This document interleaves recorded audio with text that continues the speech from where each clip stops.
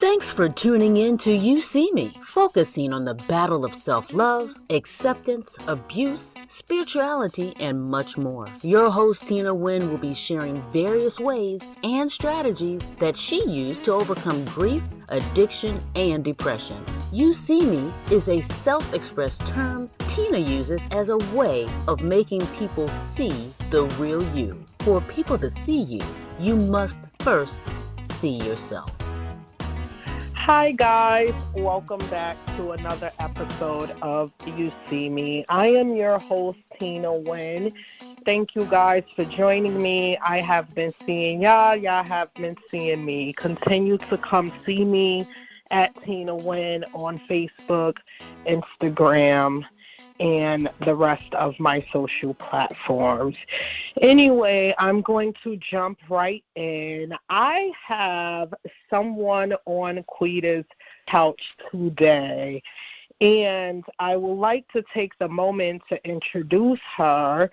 Her name is Shantae Green. She is 37 years old, and she is from Yonkers, New York. I have known Shantae since I was a little girl, and today me and Shantae are going to discuss some relationships. But before we dive into relationships, I would just like to allow Shantae the moment to give you guys her story.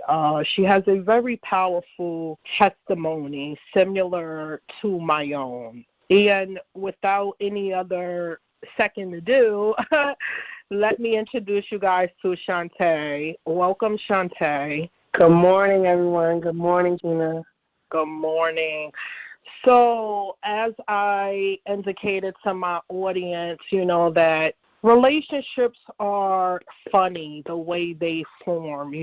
Sometimes when you pre-know a person and you're trying to reestablish a relationship with them, it can hurt or hinder the situation because you are holding on to what you pre-knew of that person. And before we go further and elaborate on that, I just want you, as I said, to just give the audience your story. And you can start wherever and go ahead. Floor is yours. Like you said, my name is Shantae Green. I'm 37 years old. I'm from Yonkers, New York. I have 6 children, and my story starts in 85 when I was born, like the year of the Bad album. And, like anybody else, I have a family. I have 2 mothers and a father. My mom lived in Yonkers, and my dad lived in Dobbsbury. So I kind of got the best of both worlds as far as how the world goes. Winnie Young is a place, 2 buildings, 12 floors, lots of people, lots of things happen, lots of good memories, some bad memories, things like that. I am my mother's second oldest child and her first daughter. I'm my dad's first child and his first daughter, and I also have siblings on both sides. I have 3 brothers and 2 sisters, and I have always been a very smart, thirst for learning, sweet, compassionate type of person. I was always into basketball and singing. I've been singing for a long time, writing poetry, rapping as well, classically trained, things like that. And basically, I've been through some really tough things in my life. I would like to touch on those tough things. Those are the things that we are going to dive into. So, this whole show is about seeing yourself. So now that you told me about yourself, how do you see yourself? I see myself as a beautiful, sweet, kind, compassionate, no-nonsense kind of girl. I'm not mean. I have mean streaks in me. God also shows me who's who. I've tapped into. So wait, when you say you're not mean, but you have a mean streak, this show is about you. I want to stay on you for one moment. Okay. Sure. What is he showing, Shantae? He basically shows me who's good for me and who's not, who's negative, who I should stay away from, who I should love from a distance, and who I should just distance myself from, period. I guess my incident that changed my life kind of helped me tap into that as well. I want you to touch on that. Share that incident, if you would. Start there and stay there for a moment. Sure. On March 12th, 2011, an ex-boyfriend of mine who I previously had broken up with about 2 weeks prior to that day, who was very, very abusive to me, and I was in a relationship with him for about a year and a half, and I thought I had known him for about maybe 10 years prior to that. So I thought. Basically, we broke up because of the abuse and a lot of disrespect and cheating and things like that. Not on my end, but his. And then I was wondering why he would always insinuate or say that I was cheating on him when I wasn't. We felt like obviously he was cheating on me and made me feel like I was kind of losing my mind. Tried to, but it didn't work. So this particular day he came over to eat dinner with me and my children, and all of the answers I found out, which I had already felt. I picked up his phone by accident, and our phones were exactly the same, no different color, no different case. So when I picked it up, I saw videos and pictures and receipts from Western Union and things of that nature. And basically, he would go on the weekends to his cousin's house and stay with him, sometimes maybe every weekend, sometimes every other weekend. But he omitted to tell me that his ex-girlfriend was there as well.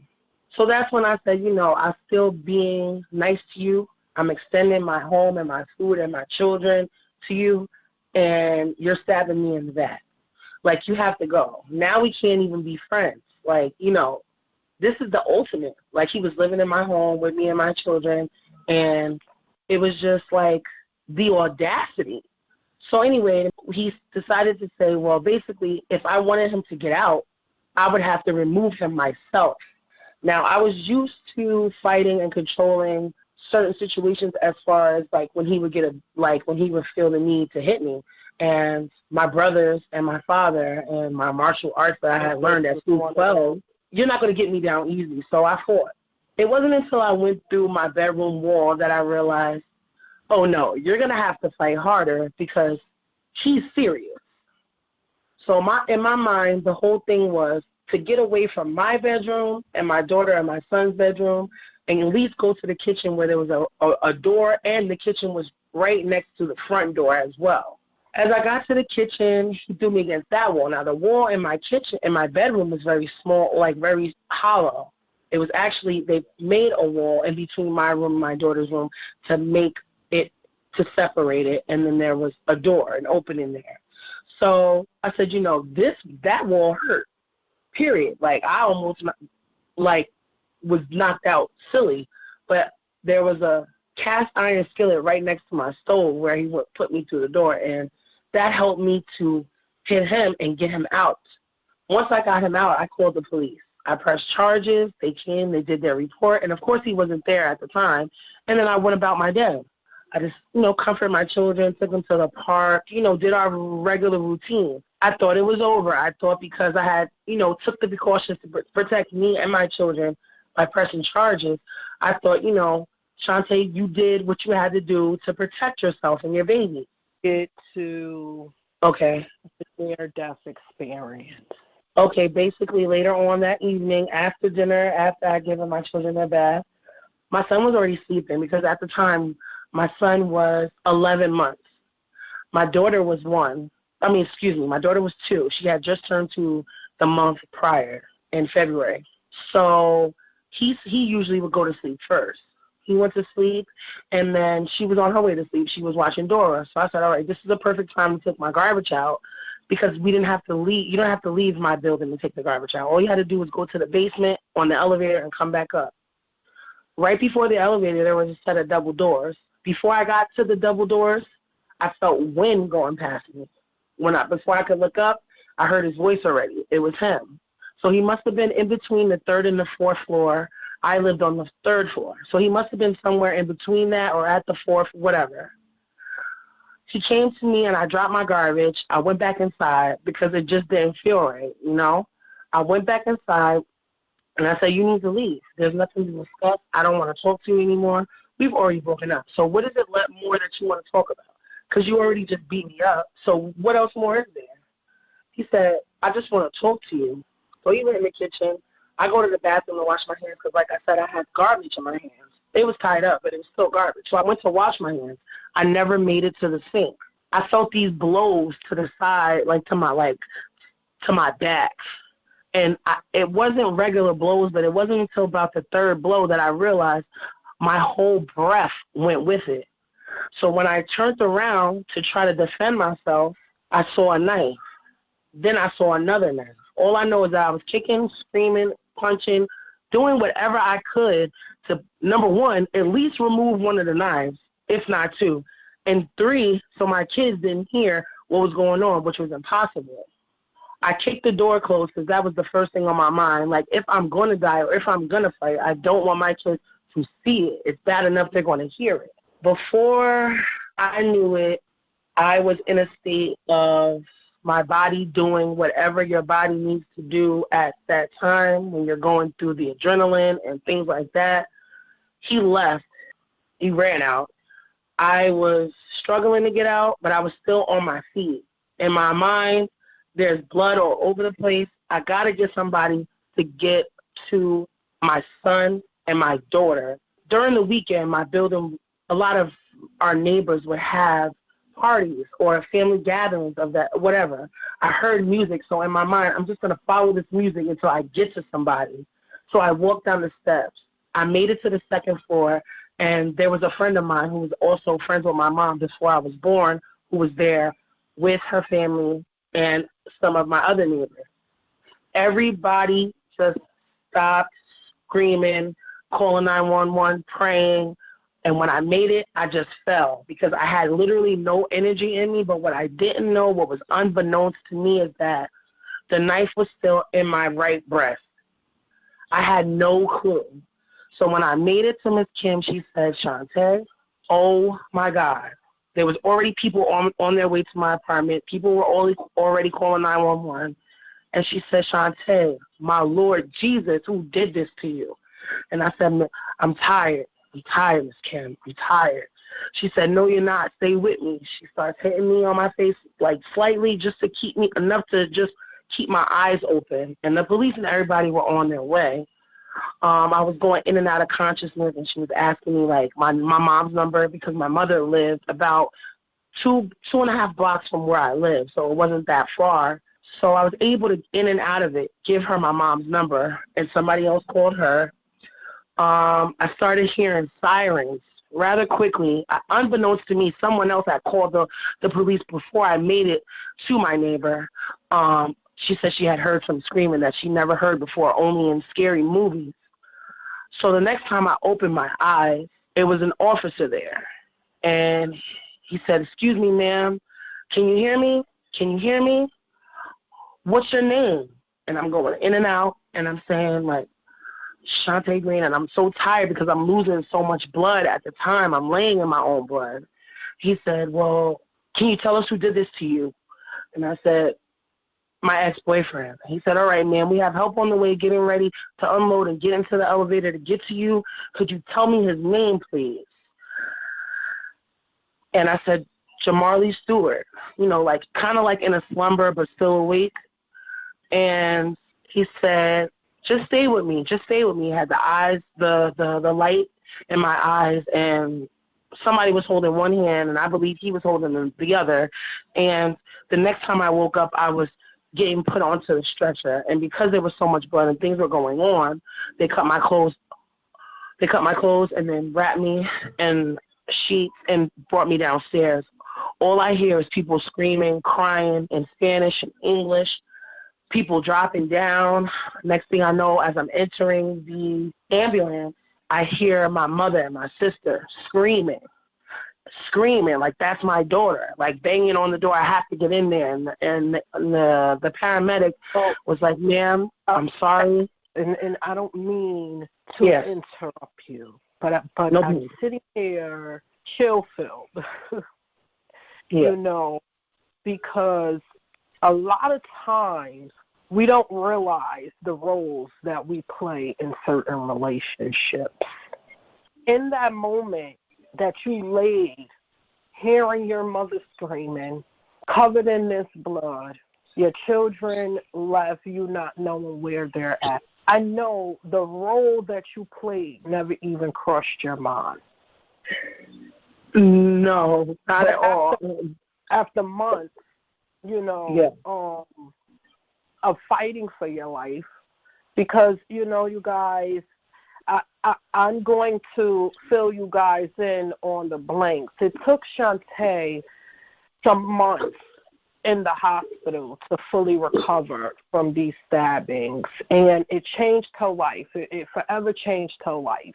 And I needed her to just give you guys that little backdrop so that we can get to the root of why Shantae's here with Quita, which is the roles that we play in relationships.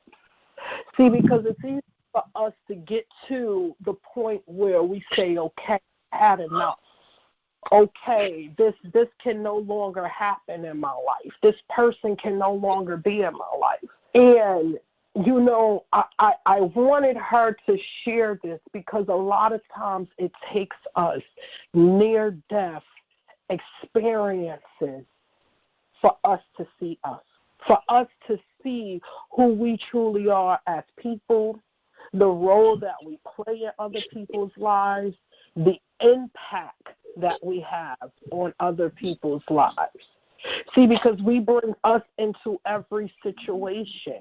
And we can easily blame this man and say what a horrible person he is, but there was one very critical piece that Shantae touched on. She was already abusive. The minute that things got out of control, her defenses were already guarded.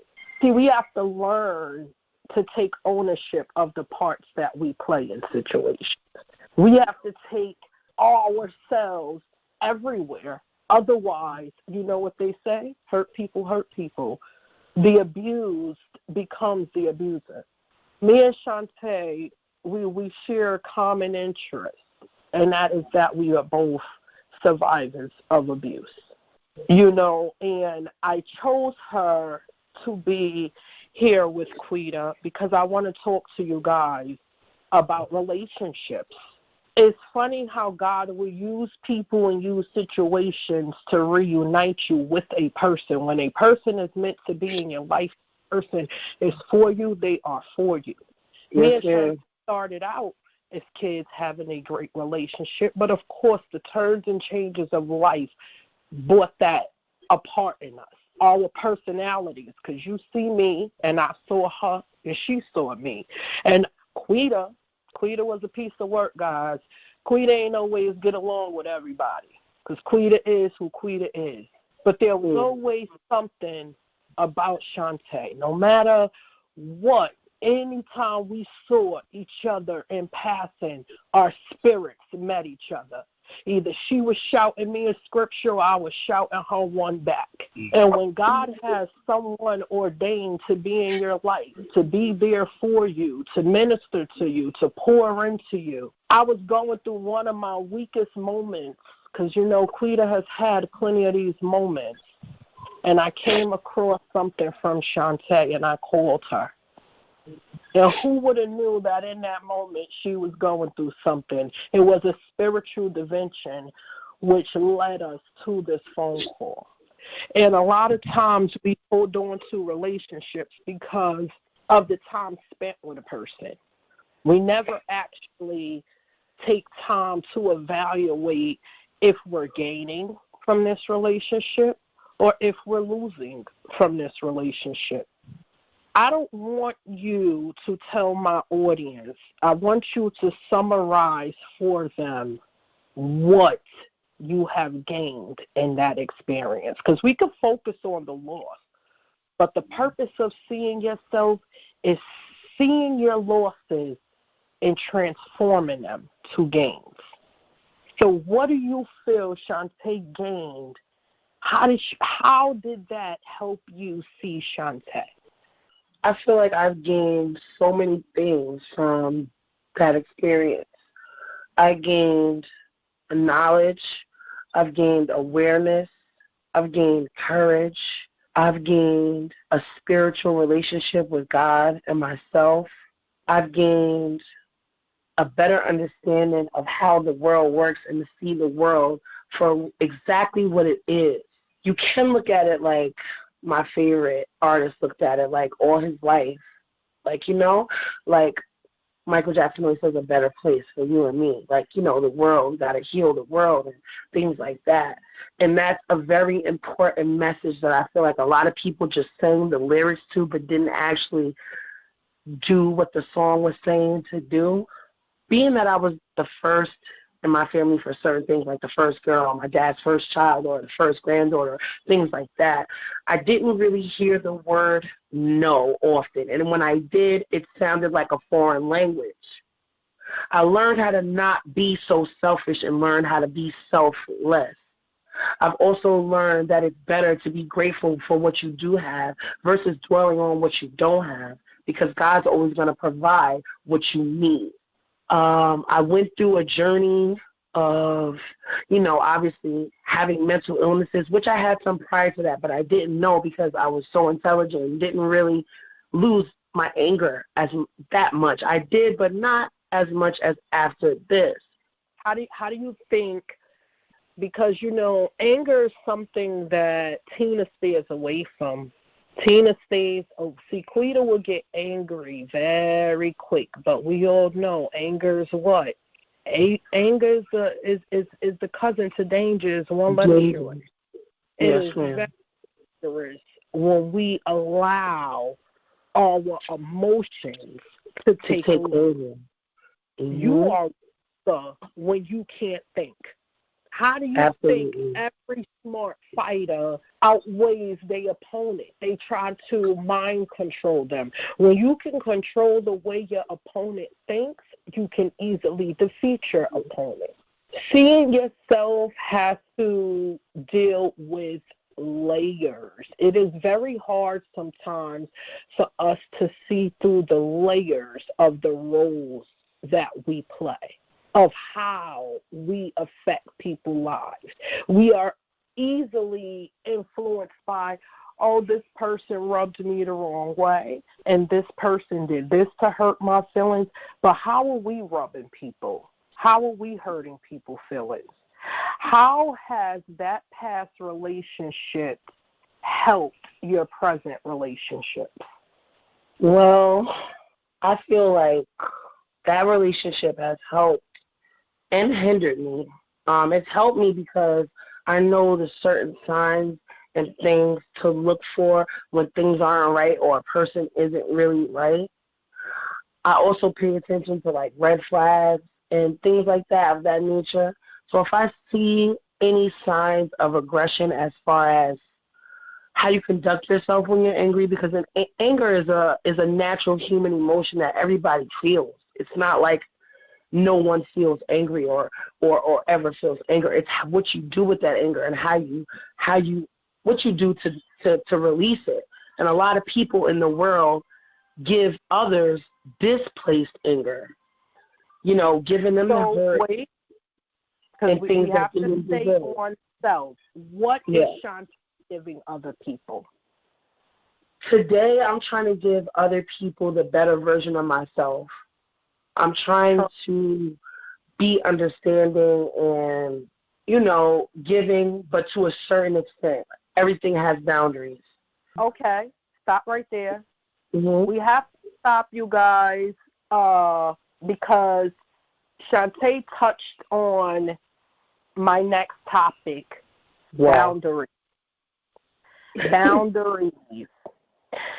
We have to learn to set boundaries with people. We cannot allow people to just come in our lives and do whatever it is that they want in our lives. We cannot allow people to choose us. We must choose them. If you are allowing just anyone to choose you to be in your life, you are not setting a boundary for yourself. So thank you, Shantae, for joining us. And you guys, she's going to join us for another couple of sessions. But I want to end this session with boundaries. What boundaries are we setting for ourselves, and how are we setting these boundaries? Are we seeing ourselves within this boundary, or are we setting a boundary based off the response from others? Go out, set a boundary, see yourself, see others, and come join me and Shantae Green for part 2 of Seeing Yourself, and we're going to touch on these boundaries. Thank you guys for joining us.